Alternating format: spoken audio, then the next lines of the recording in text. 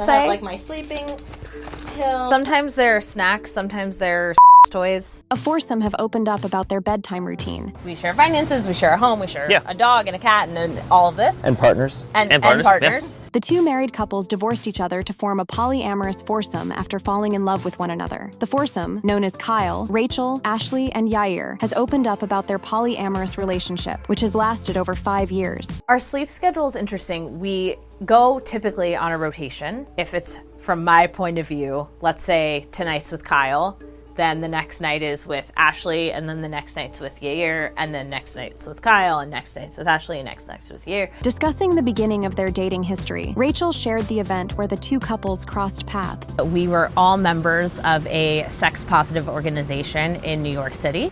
After talking with Ashley for a day, I realized that she and Kyle were like two peas in a pod. We started a group chat of 4 people, and literally from that day, we have not stopped talking, and now we live together and share a home. They explained the reason behind the couple splitting, that it would provide them with more rights and benefits. If something were to happen to one of them and one of us wanted to go see them in the hospital, we would have no legal right to do so. In a scenario where, say, Rachel and I have a child and nobody's legally married, if Rachel and I have a child, the protections afforded to Ashley and Kyle as parents of that child are difficult to get to.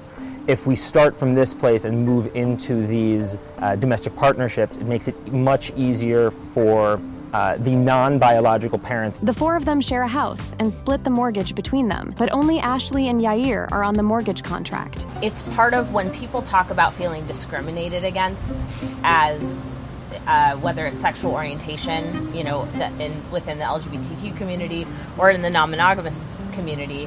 That's part of what they're talking about, is that our entire system is set up for 2 people. They also have spoken about having kids and what will happen if, for one reason or another, one of their eggs is not viable. If we can't, we have talked about carrying the person's egg that is viable, and all of us will be financially responsible for the children. However, it hasn't all been plain sailing, with some negativity directed towards the foursome. One of the ways to combat shame is to show people that they're not alone and that it is okay to be yourself. However, it has been reported that in the beginning of 2023, Kyle left the relationship, and Rachel, Ashley, and Yair decided to form a throuple instead.